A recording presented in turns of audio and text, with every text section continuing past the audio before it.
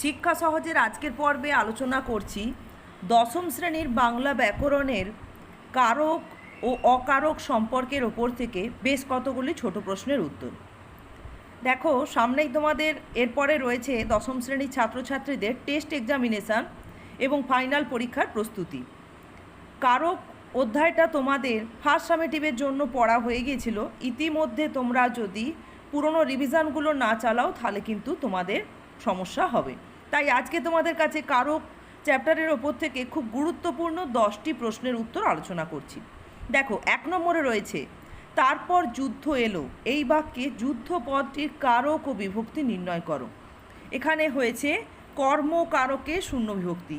দেখো, আমরা যদি প্রশ্ন করি যে কি এলো, কি দিয়ে প্রশ্ন করলে ক্রিয়াকে কর্মকারক পাওয়া যায়। 2 নম্বর দেখো, ক্রিয়ান্বয়ী কারকম কথাটি কে বলেছেন? কথাটি বলেছেন পাণিনি। এই ধরনের প্রশ্ন কিন্তু কয়েক বছর অন্তর অন্তর ঘুরিয়ে ফিরিয়ে খুবই থাকে পরীক্ষায়। এরপর 3 নম্বর প্রশ্ন দেখো, উপবাক্য কর্তার একটি উদাহরণ দাও। সে যে আমার এত বড় ক্ষতি করবে মনে তো হয় না।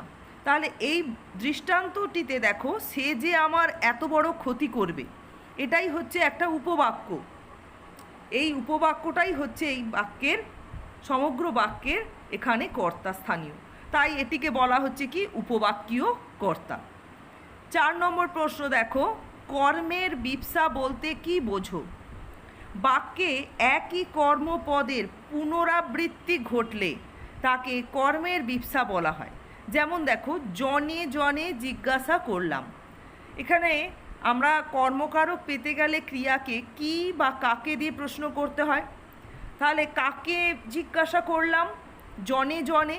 তাহলে জনেটা হচ্ছে এখানে কর্মবাচক পদ এবং দেখো তার পুনরাবৃত্তি ঘটেছে পরপর। এই ধরনের প্রয়োগকে বলা হয় কর্মের বিপসা। 5 নম্বর প্রশ্ন দেখো, সমধাতুজ করণের সংজ্ঞা দাও।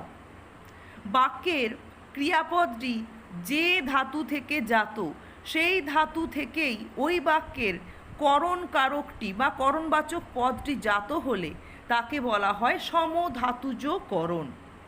যেমন দৃষ্টান্ত দেখো, মায়ার বাঁধনে বেঁধেছে আমায়, বেঁধেছো আমায়। এখানে কিসের দ্বারা বাঁধা হয়েছে? না বাঁধনের দ্বারা। বাঁধনে পদটি হয়েছে করণ কারক এবং এটি বাঁধ ধাতু থেকে জাত।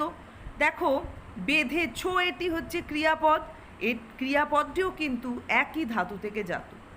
অর্থাৎ বাক্যের ক্রিয়াপদ যে ধাতু থেকে জাত, সেই ধাতু থেকেই যদি বাক্যের করণবাচক পদটি জাত হয় তখন সেই করণকে বলা হবে সমধাতুজ করণ। 6 নম্বর দেখো, এটা খুবই কমন প্রশ্ন এবং প্রায় পরীক্ষায় থাকে। অনুসর্গের অপর নাম কি? অনুসর্গের অপর নাম হলো পরসর্গ বা কর্মপ্রবচনীয়। 7 নম্বর প্রশ্ন, বিপদে মোরে রক্ষা করো। খুব কমন লাইন, তোমাদের ফাইনাল পরীক্ষার প্রশ্নে তোমরা একেবারে কোনো কঠিন সেরকম প্রশ্ন পাবে না, খুব কমন প্রশ্নই পাবে। এই লাইন ধরে প্রশ্ন কিন্তু প্রায় থেকে থাকে। মানে কতটা সহজ লাইন দেখো, এই বাক্যে বিপদে পদটির কারক বিভক্তি নির্ণয় করতে দিয়েছে। তাহলে বিপদ থেকে রক্ষা করার কথা বলা হচ্ছে, এটি হচ্ছে অপাদান কারকে এ বিভক্তি। এরপর রয়েছে দেখো 8 নম্বর প্রশ্ন, অধিকরণ কারকে তে বিভক্তির দৃষ্টান্ত দাও। তিনি বাড়িতে আছেন, এই বাক্যে দেখো এই যে বাড়িতে, কোথায় আছেন?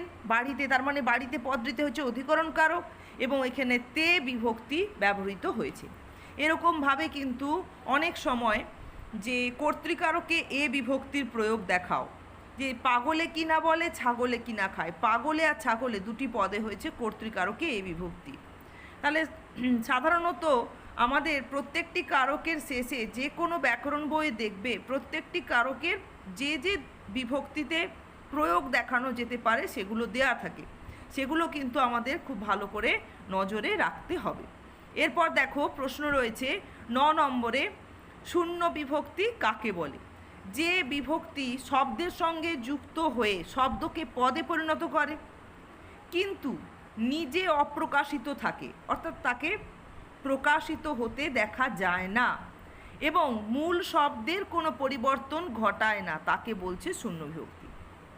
আসলে শূন্য বিভক্তি হলো অ, মানে অই হচ্ছে শূন্য বিভক্তি, অয়ের কোনো চিহ্ন নেই। তাই বাক্যে যে পদটিতে শূন্য বিভক্তি রয়েছে মানে তার সঙ্গে অবিভক্তি রয়েছে। 10 নম্বর প্রশ্ন দেখো, কলমে কায়স্থ চিনি, এই বাক্যে কলমে পদটিতে কি কারক বিভক্তি হয়েছে? তাহলে কলমের দ্বারা কায়স্থকে চেনা যায়, এটি করণ কারকে এ বিভক্তি। খুব সহজ সহজ দৃষ্টান্ত দিয়েই কিন্তু আজকে কারক বিভক্তি নির্ণয় করতে দেওয়া হয়েছে, এবং তোমরা পরীক্ষাতেও এরকমই সহজ পাবে যাতে সহজে উত্তর লিখতে পারো। আজকে তোমরা কারক বিভক্তি অধ্যায়ের ওপর থেকে এই প্রশ্নের উত্তরগুলো অনুশীলন করো। এরপরে তোমাদের কাছে আরও সমাস বা কারক বা বাক্য বা বাচ্য পোর্শনটা যেটা বাকি রয়েছে তার উপর থেকেও ছোট প্রশ্ন আলোচনা করব।